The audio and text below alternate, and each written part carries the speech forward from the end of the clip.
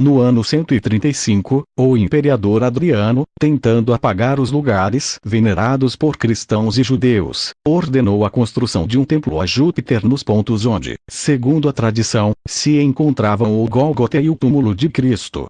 E o mesmo aconteceria com a Gruta da Natividade, em Belém.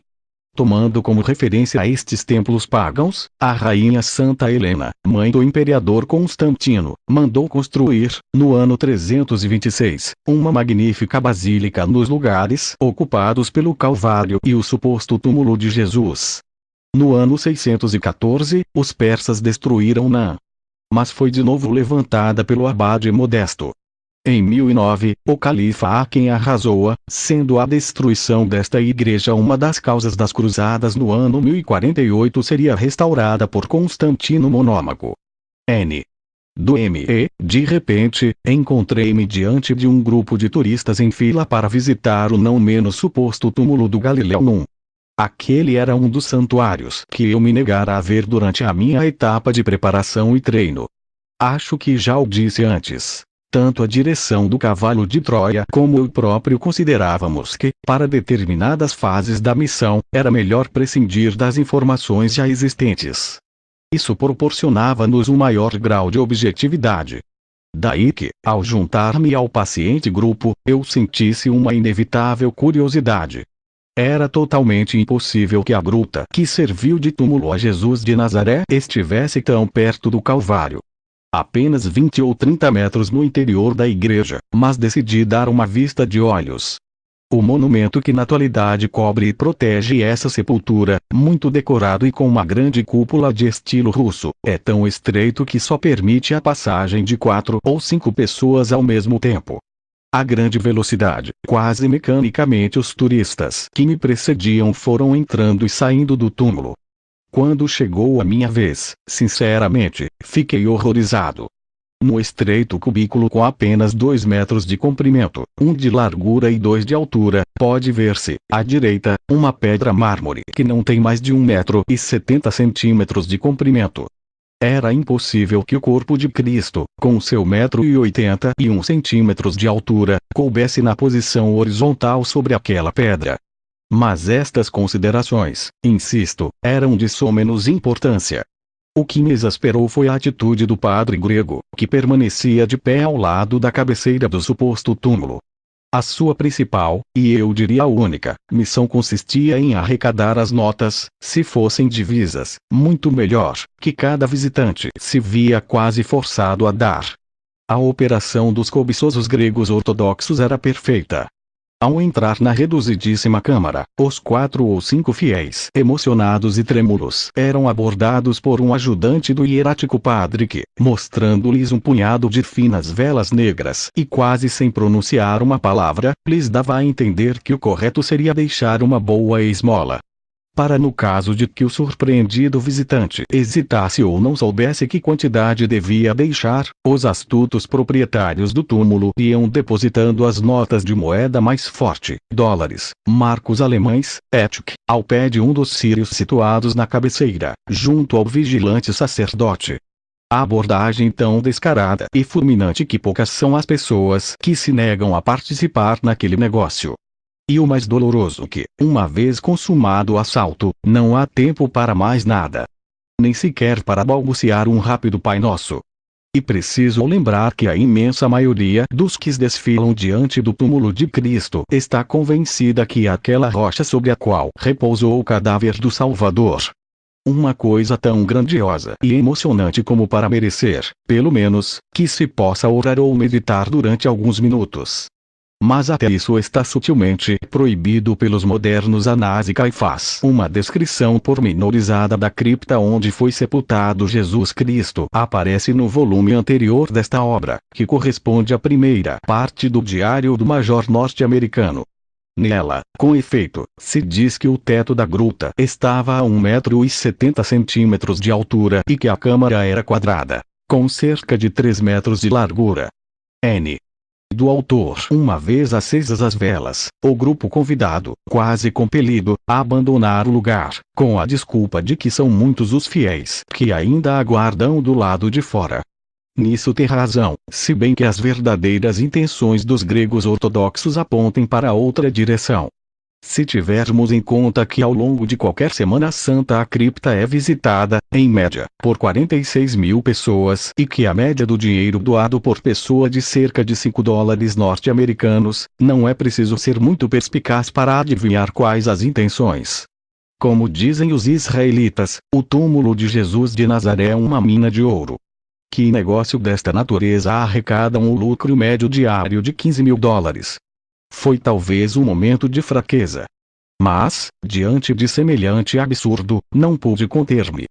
É claro que não dei nenhum centavo.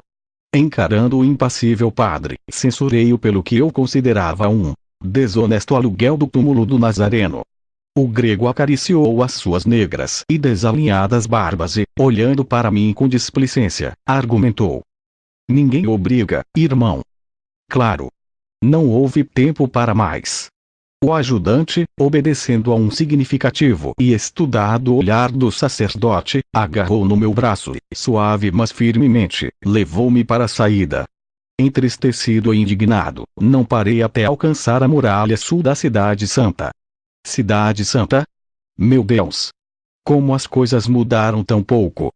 Uma ligeira brisa recebeu-me sob o arco da Porta de Sião, no final do bairro Armênio. Parei, procurando acalmar o meu espírito. No fundo, quem que pode mudar tão drasticamente as tendências e fraquezas humanas? Talvez algum dia, como profetizou o mestre, o mundo saia do inverno materialista para entrar na primavera espiritual. Mas isso parece ainda vir longe.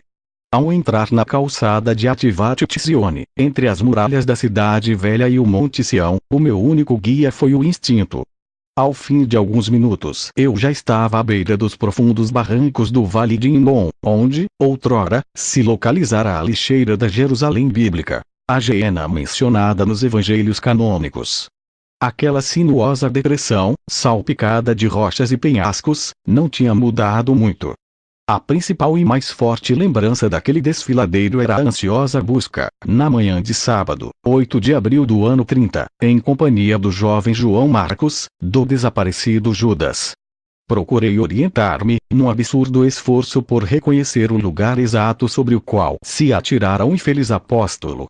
Eu lembrava-me muito bem de que o corpo jazia no fundo daquela garganta, a uns 40 metros de profundidade. Recuei para o ocidente, dando a volta à zona onde hoje se levantam o túmulo de David e o cenáculo. Foi inútil. As sucessivas edificações e as mudanças na orografia tinham apagado parte da antiga e abrupta depressão. Talvez a igreja de Santo André, mesmo à beira do Derech Chevron, seja o recanto mais próximo. Mas não consigo ter a certeza. É triste a cristandade não ter levantado, apesar de Judas ter sido um traidor, um simples e modesto monumento à memória de uma personagem tão importante e, por que não, tão próxima do mestre. Oxalá estas linhas animem alguém a empreender o caritativo, não sei se justo, empreendimento de colocar uma cruz no fundo ou na orla do Vale de Inom, em memória de Judas Iscariotes.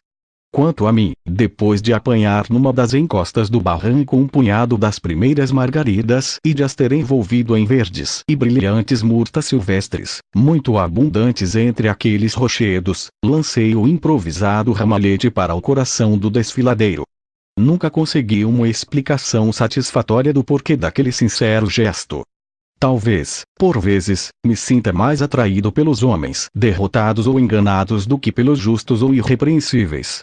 Ele, apesar de tudo, também tinha amado Judas. E em certa ocasião tinha dito: Deus é tão liberal que até permite que erres. Quando for o caso, pede explicação ao teu irmão, mas nunca o odeis.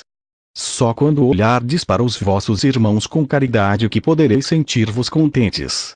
Lancei um último olhar à minha modesta oferenda, confundida entre os abrolhos e arbustos que crescem dolorosamente entre as fendas rochosas do fundo. Reconfortado, voltei pelo caminho que serpenteia paralelamente ao Inom, vindo pelas calçadas de Melquisedeque a Ofel. Sob o famoso pináculo do templo, no extremo mais oriental da cidade velha, dezenas de pombos, como há 2000 anos, aninhavam-se nos buracos da orgulhosa muralha. Mas a minha atenção desviou-se para a encosta ocidental do Monte das Oliveiras. O passar dos séculos e a construção na encosta das conhecidas igrejas e santuários de Getsemane e Dominus Flevit, o túmulo da Virgem Maria, o de Santa Maria Madalena e a Igreja das Nações, entre outras, alteraram o perfil primitivo e genuíno do Monte Sagrado. Excetuando alguns círculos isolados de oliveiras, o resto é igualmente irreconhecível. Caminhei lentamente, seguindo o curso da muralha oriental do desaparecido segundo templo, e fazendo contínuas paragens. Mas, salvo os precipícios que vão configurando o velho leito do Cédron e os 4 monumentos funerários que ainda estão de pé no começo daquela rampa do Monte das Oliveiras atribuídos a Absalão, Josafate, Tiago e Zacarias, nada conserva do seu antigo aspecto. Os velhos caminhos que iam de uma ponta a outra, atravessando o vale, e que o Galileu tinha palmilhado nas idas e vindas de Betânia ou do acampamento de Getsemane, tinham sido apagados ou substituídos por modernas estradas vias alcatroadas. Um vento frio começou a soprar de nordeste, arrastando nuvens negras e ameaçadoras sobre Jerusalém. Restariam apenas 3 horas de luz, consciente de que a nossa próxima reunião no Ramada Shalom tinha sido programada para as 18 horas, apertei o passo. Dominus Flevit ou o Senhor chorou lembra as lágrimas derramadas por Jesus na manhã do domingo de Ramos. A primitiva igreja, obra dos cruzados, data do século XII. Após a sua destruição, foi reconstruída em 1891 em forma de lágrima. N. do M2 também chamada Igreja Russa. Foi construída em 1888 pelo czar Alexandre III, em memória de sua mãe,